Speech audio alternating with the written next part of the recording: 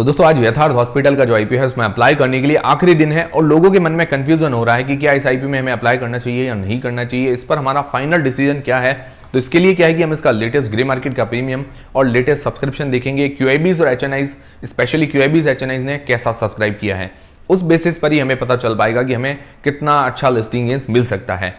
तो ये कंफ्यूजन हो रहा है कि इसीलिए क्या है कि हमें ये वीडियो बनाना पड़ रहा है, वरना बाकी सारे जो आईपीओ आए थे उनमें ज्यादा कंफ्यूजन नहीं था। सबसे पहले क्या है कि अगर इस कंपनी को देखें तो कंपनी नो डाउट बढ़िया है, कंपनी हॉस्पिटल सेक्टर की कंपनी, इसका सेक्टर भी अच्छा है।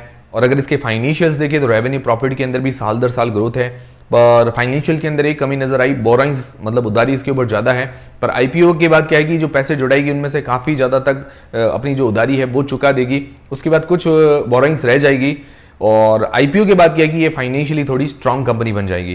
तो मतलब एज सच ज्यादा नेगेटिव पॉइंट्स नजर नहीं आ रहे हैं। वैल्यूएशंस देखें तो वैल्यूएशंस वाइज भी ठीक है, मतलब ज्यादा महंगी वैल्यूएशंस नहीं है। हाँ, ये देखा जाए सस्ती वैल्यूएशंस तो नहीं है पर महंगी भी नहीं है, अपने जो पीयर्स हैं उनसे सही वैल्यूएशंस, थोड़ा फेयर वैल्यूएशंस पर ये कंपनी नजर आ रही है। तो एज सच कोई ज्यादा नेगेटिव पॉइंट्स नहीं है। पर हाँ, एक ये कि हॉस्पिटल सेक्टर जो सेक्टर ऐसा है कि इसके अंदर कंपटीशन बहुत ज्यादा है ये सदाबहार सेक्टर, मतलब डिमांड हमेशा रहती है। पर इसके अंदर बहुत सारे शेयर्स लिस्टेड भी है, मतलब बहुत सारी कंपनियां लिस्टेड है, फोर्टिस है, नारायण हृदयालय है, मैक्स हेल्थ केयर है।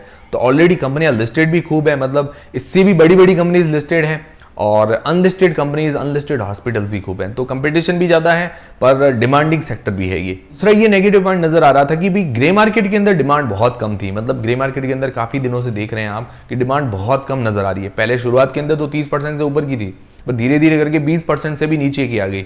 इस कारण क्या है कि लोगों के मन में कंफ्यूजन हो रहा था। पर अभी रात को देखें, अभी सुबह लेटेस्ट ग्रे मार्केट का प्रीमियम देखें तो थोड़ा सा ग्रे मार्केट का प्रीमियम बढ़ा है। जो ग्रे मार्केट का प्रीमियम 40 से 45 रुपए चल रहा था, अभी देखा जाए तो 55 से 65 रुपए के बीच में इसका ग्रे मार्केट का प्रीमियम चल रहा है। तो अगर 55 रुपए भी लेके चलते हैं तो करीबन 18% जैसा ग्रे मार्केट का प्रीमियम बता रहा है। 65 रुपए लेके चलते हैं तो 20% से ऊपर का ग्रे मार्केट का प्रीमियम चल रहा है। तो मतलब अभी देखा जाए तो 18 से लेकर 20 से 21% जैसी डिमांड चल रही है ग्रे मार्केट के अंदर इस आईपीओ की। तो अभी डिमांड जो है थोड़ी सी बड़ी है ग्रे मार्केट के अंदर। और देखा जाए स्पेशली क्यूआईबीज के ऊपर काफी चीजें डिपेंड करती है। तो क्यूआईबीज ने भी करीबन 1.5 से 2 गुना के आसपास क्यूआईबीज भी सब्सक्राइब कर चुके हैं, मतलब अभी अभी सब्सक्रिप्शन आना शुरू हुआ है क्यूआईबीज के द्वारा। और ये जो एक्चुअल क्यूआईबी सब्सक्रिप्शन हमें 2-3 बजे के आसपास पता चल पाएगा। तो 2 बजे के आसपास भी आप देख सकते हैं, क्योंकि उस टाइम भी अप्लाई करने के लिए आपके पास समय रहेगा, 2 बजे तक आपके पास समय रहेगा। आराम से आप देख सकते हैं क्यूआईबीज ने कितना सब्सक्राइब किया है।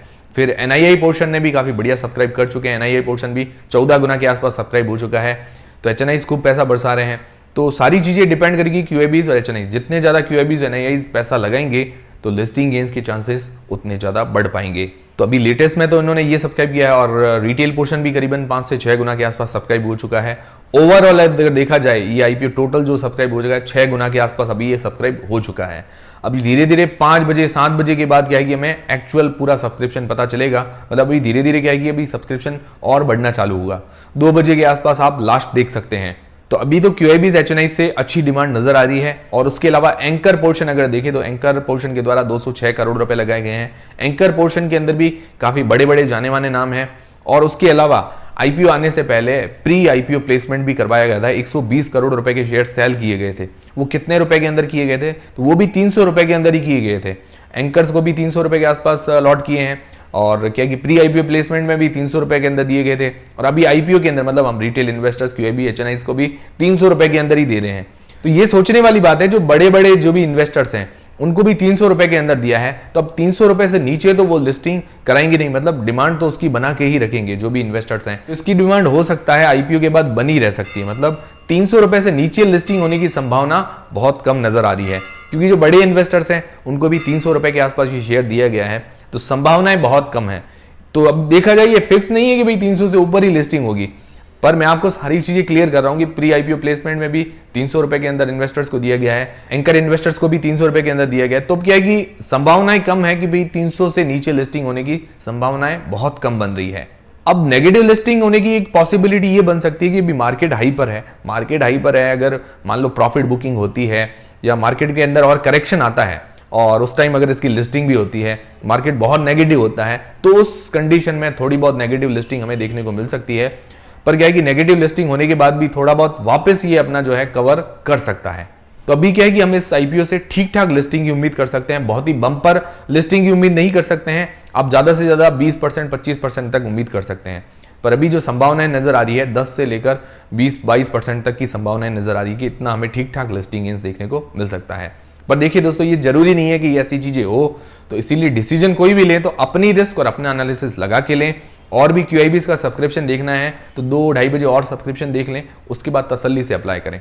तो अभी कंफ्यूजन पैदा हो रहा है, मतलब कंफ्यूजन बन रहा है, तो इस कंडीशन में हमें क्या करना चाहिए? तो इस कंडीशन में ऐसा कर लीजिए, अपनी जो स्ट्रेटेजी है उसको चेंज कर लीजिए। अगर आप 4 लॉट अप्लाई कर रहे हैं तो 2 लॉट ही कीजिए, अगर आप 2 लॉट अप्लाई कर ले तो 1 लॉट ही कीजिए, अगर आप 10 लॉट अप्लाई कर रहे हैं तो 5 ही कीजिए। मतलब थोड़ी स्ट्रेटेजी को चेंज कर दीजिए आप। इससे क्या है कि ये फायदा होगा कि भाई रिस्क थोड़ा कम हो जाएगा। अगर आप ज्यादा लॉट अप्लाई कर रहे हैं तो कम कीजिए, मतलब या तो बिल्कुल भी रिस्क नहीं लेना चाहते तो अवॉइड कर लीजिए, ये तो अलग बात है। या आप रिस्क लेना चाहते हैं, आपको लगता है थोड़ा बहुत कंफ्यूजन है, तो आधे लॉट कर लीजिए आपके। तो इस तरह की स्ट्रेटेजी आप अपना सकते हैं। बाकी सारी चीजें मैंने क्लियर की है, ऐसा नहीं कि सारी चीजें नहीं बताई।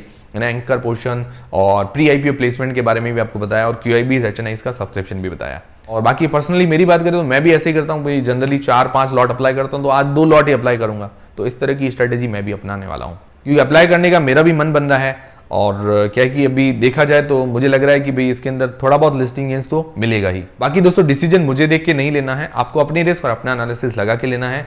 तो आप लोग क्या करेंगे, ये वीडियो देखने के बाद मुझे उम्मीद है कि आपकी सारी स्ट्रेटेजी क्लियर हुई होगी। तो आप लोग क्या करने वाले हैं और कितने कितने लॉट अप्लाई करने वाले हैं मुझे कमेंट करके जरूर बताइएगा। और दोस्तों, टेलीग्राम, इंस्टाग्राम और फ्री में डीमेट अकाउंट सबकी लिंक डिस्क्रिप्शन के अंदर है। इंस्टाग्राम पर भी हमें फॉलो करना ना भूलिएगा। और वीडियो पसंद आए तो लाइक जरूर कीजिए, चैनल को सब्सक्राइब कर लीजिए। मिलते हैं दोस्तों अगले वीडियो के अंदर।